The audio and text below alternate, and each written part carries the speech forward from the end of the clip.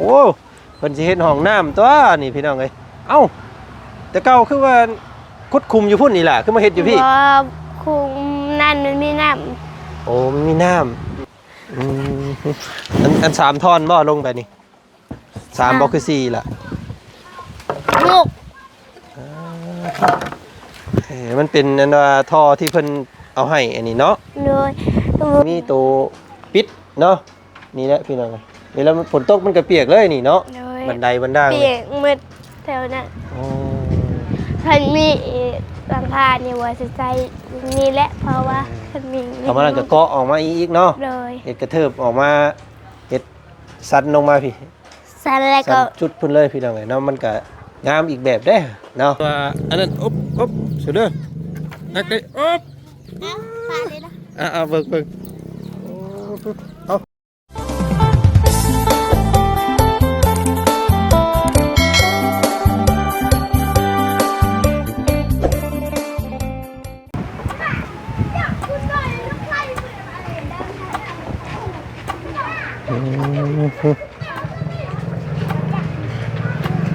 พี่น้องเลยตัดภาพมาทางพี่กะเงืมงับอยู่ทางนี้เนาะพี่น้องเนาะกำลังตำเข่าซ่อมเข่าอยู่พี่น้องเอ้ยทางเมน้องปูหน้าขาเคพี่น้องเลยเนาะสบายดีเนาะโอ้ยบ่ได้เห็นกันแต่โดนนี่ล่ะจนใหญ่เป็นสาวว่ะนี่เนาะมาปีหน้าปีฮื้อนี่ก็เอาผัวแล้วนี่ เม่นบ่จักแล้วว่าซั่นเอ้ยพี่น้องไงเนาะซ่อมเข่าอยู่ตำแล้วก็สิมาแรงนี่บ่นี่มื้ออื่นตัวนี้เนาะโอ้เพราะว่าตำมื้อต่อมื้อบ่ได้ตำข้าวซอยแม่บ่อีล่ะให้แม่ตำผู้เดียวเนาะเดี๋ยวมันสิเหี่ยเนาะเป็นนี่ได้มาเบิ่งพี่เนาะมาอยู่ดีมีแห้งบ่อีล่ะอยู่ดีมีแห้งดูเป็นนี่ได้เงาบ่เงาแหละนะว่าบ่ได้เข้ามามีไผได้เข้ามาหาเจ้ามื้อนี้บ่าวลาวก็มาเลยพี่น้องไงเนาะแล้วก็อันนี้พี่น้องไงเนาะเลยกำลังเนาะไปอีล่ะย่างไปเบิ่งอยู่หั่นโอ้เนาะโอ้เพิ่นเป็นก้อนอิฐแบบนี้นี่พี่น้องไงเนาะเป็นดินบล็อกแบบว่านักได้นี่เนาะแบบบ่มีหูเลยหนักนางแห้งจักก้อนเบิดนี่จักก้อนจักแล้วบ่ฮู้กันไผสั่งมาให้พ่อสั่งเองเงินเรามามอบมาให้โอ้เพิ่นมามอบเงินให้ได้จนพ่อเจ้าสั่งเองเลยพี่น้องเนาะโอ้เพิ่นสิเฮ็ดห้องน้ำตัวนี่พี่น้องเอ้ยเอ้าแต่เก่าคือว่าคุดคุมอยู่พุ่นนี่ล่ะคือมาเฮ็ดอยู่พี่บ่คุมนั่นมันมีน้ำโอ้มันมีน้ำก็ได้สิเปลี่ยนบัดนี้เลยโอ้พี่น้องเอ้ยเนาะกว้างเม็ดกว่าเด้นี่ความกว้างเม็ดกว่าความยาวนี่เฮ็ด2ห้องเสีย2ห้องเลยห้องอาบห้องนึงห้องท้ายห้องนึงเลยสูง3เมตรขุดเนาะงามเด้นี่พี่น้องเอ้ยเนาะอันสร้างได้เฮ็ดนี่สร้างเฮ็ดเรือนค่อยนี่แหละสร้างเล่สร้างไอ้สร้างนี่บ่เลยโอ้โดยพี่น้องเอ้ยงามได้สร้างผู้นี้น่ะเนาะลองเบิ่งงานปูนเพิ่นก่อนถ้างานปูนผ่านนี่ถือว่าโอเคเนาะก็ถือว่าโอเคถ้าสีงามแหละ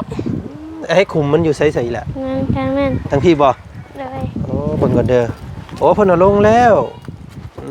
เพิ่นเอานี่ลงเรียบร้อยนี่พี่น้อง3เมตรอัน3ท่อนบ่ลงไปนี่3บ่คือ4ล่ะลูกมันเป็นอันว่าท่อที่เพิ่นเอาให้อันนี้เนาะเลยแบบ3นะยืมของนะบ่าวอุ้ยระวังเด้อไปเหยียบมันปุ๊บลงหันได้หันพี่น้องเอ้ยได้คอดเอาน้องปูหน้าอยู่อันกลุ่มวิทย์แล้วพี่น้องเอ้ยเนาะโอ้ยอุ้ยหนาวมื้อนี้เนาะเลยลมเย็นจ่อยพี่น้องเอ้ยมื้อนี้มื้อนั้นฝนตกเลยโอ้ยดีใจนำเด้อเนาะได้ห้องน้ำเด้พี่น้องเอ้ยเนาะไปผู้ไปย่างมึงอยู่เฮือนซานเจ้าตั้งแต่มื้อขึ้นเฮือนแล้วยังบ่ได้มาเยี่ยมเลย เนาะ เลย จักเป็นจังไดเลยพี่น้องไอ้จักนอนพันดีพันมวนบ่เนาะ พันดีอยู่ พันดีบ่ เลยแต่บ่เคยใส่ อืมอันนี้คุมเก่ามันน่ะมันมีน้ำบ่ลูกล่ะ เลย เบิ่ง แต่นี่น้ำบกแล้วกับ โอนบกแล้ว เล เนาะ ยคันเฮ็ดยามฝนน่ะมันน้ำตื้นอีก เพราะว่าเวลายามฝนน่ะมันก็น้ำมันสิขึ้นมามันก็สิเฮ็ดให้สวมเฮาเต็มเนาะ เลย พี่น้องเอ้ย หมกเพชรก็นังเป็นหน่วยน้อยๆอยู่ กำลังเป็นบ่เพชร เลยนางชวนน้องดอกแก้วชวนข้างนอกนี่น้องวิวอันนี้ชวนไข่แล้ว พี่น้องเอ้ยเนาะเอาทักทายสบายดีเด้อพ่อแม่พี่น้องมื้อนี้พี่น้องเนาะมีแต่ป้าลุงอยากให้มาหาพี่น้องเอ้ยเนาะไปเยี่ยมเมืองอีหลาปูหน้าเน่ว่าซั่นมีแต่คนแล่นกายบูดบาดว่าซั่นเนาะเอามื้อนี้ก็พอดีพาทางเบาบุญสารวัตรเพิ่นเนาะเพิ่นสิมีแนวมามอบให้เด้มื้อนี้มีหยังเนาะพี่น้องเอ้ยเนาะ จักเล็ก เออ เราเพิ่งแน่มาบ่ แน่นมาคือกันบ่เพิ่งค่ะเนาะกำลังว่าสิกลับเมื่อก็เลยแวะเข้ามาหาเจ้าก่อนเด้อก็สิพากันเดินทางบัดนี้พี่น้องเอ้ยเนาะ เลย ไปสนอมาเบิ่งเพื่อนซ่านก่อนเนาะสูงเอิงเติงคือเก่าพี่น้องเอ้ยเนาะสีต้อไม่สักทองพี่น้องเอ้ยเนาะมองแล้วก็สะอาดสะอ้างดีลมพัดมื้อนั้นเป็นนี่ใดพลผ้าหัวอยู่บ่ลูกล่ะ บ่ฮู้อ่ะ บ่มีหัวเลย เลยมีแต่ฝนจนหอดระเบียงนี่แหละ ไม่แต่พลผ้าเข้าหม่องนี้แล้วเนาะ เลย เบิ่งๆพี่น้องเอ้ยเนาะเพราะว่าระเบียงมันหลายได้เฮือนเราเนาะสอดพุ่นสอดพี่แล้วก็มันขอเสียตรงที่ว่าเฮาก็ออกมานี่มันบ่มีตัวปิดเนาะนี่แหละพี่น้องเวลาฝนตกมันก็เปียกเลยนี่เนาะ เลย บันไดบันดาง เปียกมืดแถวนั้น อ๋อ เพิ่นมีหลังคานี่ว่าสิใส่นี่แหละเพราะว่าเพิ่นมี เอามาแล้วก็เกาะออกมาอีกเนาะ เลย เฮ็ดกระเทิบออกมาเฮ็ดสันลงมาพี่ สั่นแล้ว สั ก็ นจุดพุ่นเลยพี่น้องเอ้ยเนาะมันก็งามอีกแบบเด้เนาะ เลย แต่ แต่ ว่า ว่า มัน คันเฮ็ดอีกใส่อีกหลังคานี่แล้วว่าให้เอาคันใช้ลูกจริงกับพิธีงานเลย อืม มันมีหลังคา เขาเงียนอยู่บ่ ค่ะ ยังบ่ทันได้หยุดบ่ ว่า เพิ่นสงกรานต์นี่เพิ่นหยุดบ่สงกรานต์นี่ จักและนำอาจารย์และโอ้โหแหละ ได้ลงไปดินน้ำหนองไซอยู่บ่ บ่ มือเขามืออัน ขึ้นเทือนนั่นแหละ มือขึ้นเฮือนก็บ่ได้ไปซับบ่ไปอยู่บ่เจ้า ไปค่ะ ไปอยู่บ่ เลย เนาะพี่น้องเนาะคือระบาวบอกกันแล้วพี่น้องไงเนาะเพื่อนเจ้าแล้วก็จะบ่ค่อยได้เข้ามาเด้อว่าซั่นเนาะ กินฮอดเนาะ กินฮอนและเหมือนทุกคนแลกินฮอนเคยอยู่เขาแบบนาบ่าวเขาคู่ละมือคู่ละวันตลอดผ่านมานะ บัดที่นี่บัดบ่เห็นเลยเนาะ เลย เงียบไปเลยโอ้ได้แต่คอยทางเด้ว่าซั่นเนาะ เลย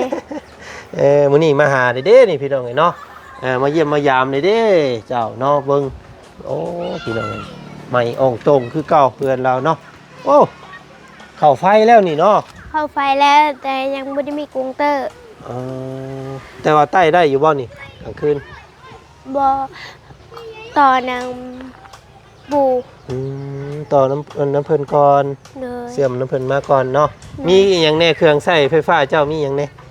ตู้เย็นมีบ่ บอ เออ มีแต่ตู้เสื้อผ้าเลย ตู้เสื้อผ้าเพิ่นเอามาใส่ นว่า มาให้ เมื่อบ่ ฮะ นว่าเมื่อบ่ แม่นกำลังว่าสิเมื่อเฮือนกำลังสิกลับบ้านแล้ววันที่1เพิ่นแหละสิขึ้นมาใหม่เนาะ พ่อไปใช้ซะนี่ พอจากไปหากินแล้วแหละมาบุญเมื่อแล้วบ่ บ่าวบุญกับสิเมื่อคือกันเนาะแม่นเพิ่นเมื่อกี้นี่เห็นกันอยู่เพิ่นน้องน้ำเพิ่นแหละก็เพิ่นสิก็สิกายเมื่อนี่แหละ ตายแล้ว ยังอยู่จักว่าจะว่าเพิ่นจักแบบแม่นจักยังจักเมื่อแล้วบ่หรือว่าใดๆก็บ่ฮู้คือกันพี่น้องเอ้ยเนาะยันเมื่อแล้วบ่เนาะ จักและยังบ่ได้ชิน ทาง ยั อาง จารย์ บ่ ลาวเพิ่น เห็น ก็สิกลับมื้อนี้คือกันพี่น้องอาจารย์ลาวก็ได้เนาะทางบ่าวจันทร์ก็สิกลับมื้อนี้บ่าวบุญก็สิกลับมื้อนี้น่าสิอยู่แต่บ่าวดีเนาะ เบาเสียง กับบ่าวเสียงน่าสิอยู่นะพี่น้องเอ้ยเนาะต่อ เนาะมื้อนี้ก็มาเยี่ยมมายามอีหลาเพิ่นพี่น้องเอ้ยก็ถือว่ามีห้องน้ำแต่ว่าจะไกลเฮือนหนิดนึงเนาะ เลย บ่เป็นหยังเนาะ มาเป็นหยังนะ ย่างเข้าดีกว่าเล่นเข้าไปป่าเนาะ เลย เป็นสาวเลยพี่น้องเอ้ยจักปีเดียวก่อนนะ 12 ปี 12 เลย เป็นสิเอากล้วยฝากบ่นี่พี่น้องเอ้ยเนาะ นี่ โอ้ยบกเนาะน้องเจ้าเนาะ เลย ยามนี่บกพี่น้องเอ้ยบ่มีเลยน้ำ ยามฝนอีก หาต้นไม้ต้นหยังมาปลูกเด้อลูกหลานเด้อบัดนี้เด้อ เลย นี่ปลูกตามนี่ตาม ปลู หิม กมะเผ็ดแล้ว เอาปลูกหมกเพชรเอา เลย อ๋อพี่น้อง ไปเบิ่งบ่สวนบ่ เบิ่งอยู่หั่นนี่อันนี้บ่แม่นบ่ต้นหมากเพชรบ่นี่ต้นหมากกันนั่นบ่ต้นหมากกันนกเล่นโอ้ยแบ่กินเบิดเลยบ่มีแนวกั้งแบ่ แม่นแบกกินเป็ด โอ้ เป็ เป็ ด ด 15ตัวนั่น เป็ดสวก เลย ตายคักบาดนี้พี่น้องเลยโอ้ยเนาะตัวมื้อนั้นน้ำฝนตกน้ำเข้าตารางอยู่บ่อีล่ะ เข้า เพราะว่ามันตารางเจ้ามันต่ำเนาะ เลย แต่ต้องให้พ่อเจ้าขุดคลองเด้อ เลย ขุดอันสระเข้าในให้มันน้ำมันไหลออกทางนอกสั่นน้ำเข้าตารางได้นี่เปียกไปเลยนี่พี่น้องบ่เห็นบ่แต่ว่าสูงคักอยู่ได้เฮือนเราก็เนาะปุ๊บ บ่หอยดอกบลี เออ บ่ถึงนะบ่ยาวน่าจะ เนาะใส่มาพี่มาเบิ่งเฮือนเก่าเจ้าพี่มาเนาะ น่ะ ยังบ่ทัน1ข้าวบ่มื้อนี้ นึ่งแล้ว มียังกินมื้อนี้กินแรง กินไข่ไก่แหละ อืม ไข่ไก่พอลุงจากฝั่งไทยและฝากให้ซื้อ อืมเป็นมาเยี่ยมเนาะเป็นฝากอันให้ซื้อไข่ไก่ว่าสันซาพี่น้องไงใช้เมย์เจ้าเอาอันนี้บ่ฝากบ่สิฝากของฝากบ่นี่ฮะ เลย เอาให้ไผแน่เอาให้ไผแน่ให้ระบ่าวแบ่งไผแน่เนาะเดี๋ยวระบ่าวสิเมื่อแบ่งเพิ่น และ ฮะ 3 คนวาวและ เนาะ3คนระบ่าวนี่แบ่งกันเนาะเบิ่งก่อนพี่น้อง คนละครั้งหนึ่ง เจ้ากล้วยทั้งใหญ่แท้นี่1 2 อันนี้ 4 5 คัน 6 ติด 7 น้ำเสแห้งใหญ่เด้กล้วย 10 แบบนี้ อุ้ยพี่น้องเลยเนาะมันแก่แล้วบ่นี่เอาเมื่อบ่มเอามันสิสุกอยู่บ่ สุกและ อ๋อโตพี่น้องเลยเนาะเอามากับมีของฝากของต้อนตลอดเลยพี่น้องเลยเนาะเมื่อก่อนกะต้อนนั้นว่าอันนั้นอบเสือเด้อนักได้อบ ปลาเลยนะ เอาเบิ่งเอาเดี๋ยวเอาถ่ายรูปก่อนมาเดี๋ยวหนึ่งสองกล้วยใหญ่กว่าคนพี่น้องเลย ใหญ่และ เด้งอึ๊บปึ๊บอ้าวเนาะ เนี่ยนี่ ปัวฮอดคนอึ๊บก็ขอบใจได้หลายเด้อเนาะในของต้อนอีกแล้วพี่น้องเลยเอาในการระเบ้าก็มีของต้อนเจ้าคือกันเด้เนาะนี่เบิ้ง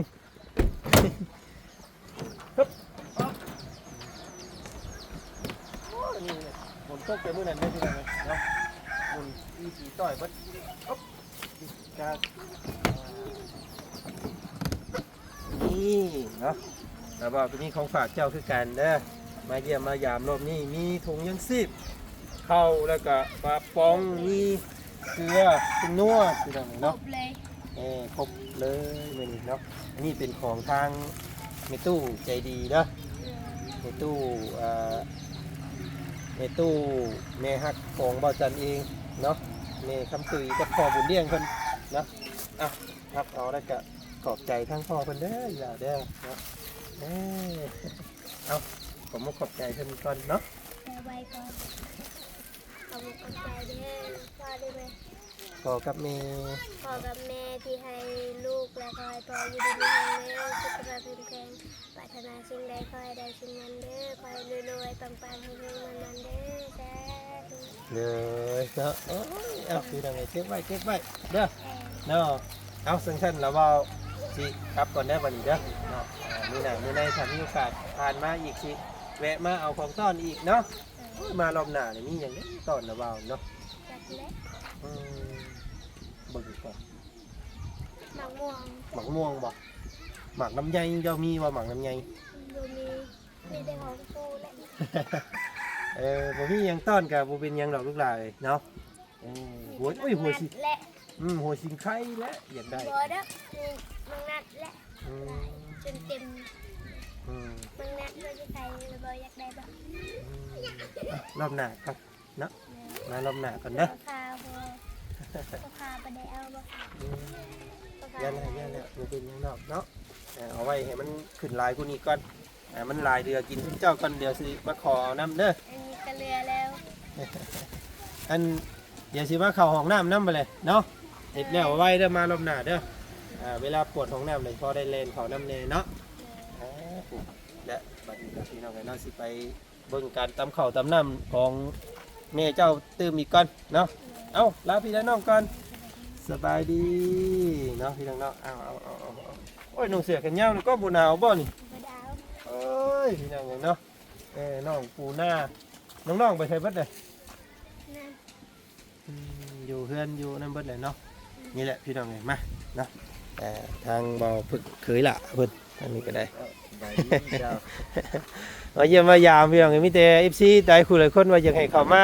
เนาะก็เลยแวะเข้ามาพอดีครับพาเบาบุญเพิ่นมามอบของเบื้องต้นซอยเรือน้องเพิ่นเติมอีกว่าซั่นเนาะพี่น้องเนาะนี่แหละอันนี้เป็นเฮือนหลังเก่าเพิ่นพี่น้องไงโอ้ยฝนก็สิมาเนาะบาดนี้เย็นซ้ำอันนี้พี่น้องไงหนาวเนาะ ผักเลย อันนี้พักยังอันเจ้าเอิ้นนี่ลูกล่ะ ผักแรม พักเสริมคือกันเนาะโอ้งามนี่ มีหักเลย โอ้ระวังเด้องอยล่างถ้วยอยู่ดีๆปุ้มตารางได้หั่นเนาะ อ้ายเด้อ ผักแรมอยู่หัวกับลาย งามผักอันนี้กินกับลาบโอ้ยแซ่บ น้อย มันใหญ่กว่าเด้อสิมาขอน้ำเด้อเตียวเด้อ เอาไปต้อนรับทางบ่าวบุญซะเนาะโอเคพี่น้องเอ้ยพี่เนาะขอบใจเด้อเด้อสาวเด้อเนาะจักโอ้ยเนาะพี่น้องเนาะ เอ้ยมีแต่กล้วยนี่นางเอ้ยวันนี้ โอ้ยบ่เป็นหยังเนาะได้แล้วนี่ก็โอ้ยบีบักใหญ่เนาะเดี๋ยวสิมื้อแบ่งกันเองดอกพี่น้องเอ้ยเนาะบ่เป็นหยังเด้อขอบใจหลายๆมื้อหน้าเพิ่นแหละสิมาดินน้ำน้องเพิ่นใหม่อีกเนาะบ่ได้ค่อยเข้ามาเนาะแต่เก่ามาคุมื้อเพื่อนแล้วก็สิไปทางอื่นต่อเนาะ เราเราเป็นยางเรา อืมยังจักสอบก็เข้าเจ้า ยังชอบเดียวนี่เขาตำ โอ้เข้าเบิดแล้ว เลย พี่น้องก็มือสร้างมาเฮ็ดเวียกนี่มันก็เนาะกับเปลืองอีกแล้วนี่พี่น้องเอ้ยเข้าเนาะบ่เป็นหยังแลกกันเนาะ เลย หาเงินซื้ออันเด้อบาทนี้พี่น้องเอ้ยบ่ได้ไปเฮ็ดให้บ่สั่น บ่มีบันเพ็ด บ่มีดิน เลยดินแผ่นหนึ่ง มีแต่หาเงินได้ซื้อซื้อข้าวเอาเนาะ เลย อ้ายพี่น้องเอ้ยงานหนักได้อถ้าอันพอน้องปูนาเพิ่นซั่นเนาะ หนัก มีแต่ลูกๆแล้วก็กับเมียคนหาบัดผู้เดียวพี่น้องเอ้ยเนาะอะไรก็สู้และพี่น้องเอ้ยเนาะอย่างน้อยเฮาก็มีหมุ่งส้นหมุ่งเศร้าที่เน้นหนาเด้เนาะบ่ได้หัวได้หยังบ่เฮือน บ่ เนาะบ่มีหัวเนาะลมผ้าลมห้องหยังก็สบายบาดนี้บ่ต้องญาติ คนละเมื่อวานเมื่อคืนมีลมแห้งหมดเปียก เชเปียกหมด มันต้องมันซึมซาดเข้าเนาะ เลย เพราะว่ามีระเบียงเด้เฮือนเราพี่น้องเอ้ยเอ้าลาก่อนมื้อนี้สบายดีเด้อเนาะขอบใจเด้อกล้วยเด้อ เดี๋ยวสิมาเยี่ยมน้องน้องเพิ่นใหม่อีกพี่น้องเอ้ยเนาะทางบ้านบ้านยังฮะ ตัดกล้วย โอ้ย นั่งตะโกนนะเร็วขับมูเข้า เออ เข้าเมื่อวานนี้ละ อืม เบามือเลย โดยจักก็เห็นเพิ่นอยู่พุ่นจะเป็นเพิ่นเลยเมื่อแล้วบ่หรือว่าได้ใดเมื่อกี้นี่บ่อ๋อโดยกายแล้วสันเนาะเอ้าพี่ดอกไอ้บ่เป็นหยัง เอามื้อหน้ามื้อในสิแวะมาเยี่ยมมายามเบิ่งใหม่อีกก่อนเนาะมื้อนี้ได้ของฝากของต้อนก็มุกขอบใจพี่น้องไงเนาะ สำหรับเพื่อนชาติหลังนี้ก็เนาะขอบคุณพี่น้องทางแม่เมษาพอลำดวนเนาะที่เพิ่นร่วมสมทบเกี่ยวกับบุงกบพี่น้องเนาะประตูงามๆนี่แหละพี่น้องเนาะจังไดก็ขอขอบใจเนาะขอบคุณขอบคุณทุกภาคส่วนเนาะพี่น้องเนาะผู้ใดเพิ่นบ่ได้ซอยเป็นปัจจัยซอยกดไลค์กดแชร์ให้ก็ขอให้ได้กุศลขอให้ได้ผลบุญพี่น้องเนาะสร้างเฮือนสร้างปุกลุกให้คู่ให้คนนี่เพิ่นเอิ้นว่าบ่แม่นมันบ่แม่นสร้างบุญพี่น้องเนาะเฮ็ดบุญนี่เฮาไปเฮ็ดอยู่วัดอยู่ว่าใส่บาตรญาติพกอันนั้นเฮ็ดบุญเพิ่นเอิ้นเนาะถ้าเฮ็ดสร้างเฮือนสร้างซ่านนี่เพิ่นเอิ้นสร้างกุศลเนาะสร้างกุศลสร้างผลว่าซั่นซะเนาะพี่น้องเนาะแม่นบ่พี่น้องบ่จันบ่ถูกอยู่บ่ เอาจังได๋ก็ขอบใจเด้อขอบุญขอบคุณมื้อนี้ลาก่อนพี่น้องสบายดีสวัสดีเนาะบัดสุขสุคนเด้อพี่น้องเนาะไป